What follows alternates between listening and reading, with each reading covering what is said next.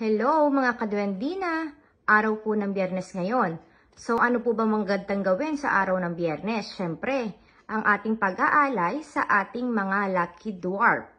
Ayan po ang aking si Mikoy dito po sa US. Yan po yung dala ko. At saka baka naaalala nyo po yung aking isang maliit na dwarf. Yan po yung kauna-unahan kong collection. Ayan po. So ngayon, bale mag-aalay lang po ako. Simpleng alay lang po ngayon dahil wala ako masyadong mga gamit para sa pag-aalay. So ngayon po, ang ibibigay ko lang po sa kanya ay yung pong hindi talaga dapat mawala sa kanya.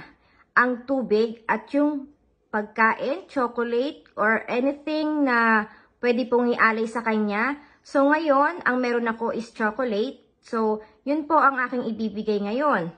So, ito po yung kanyang water. Ayan.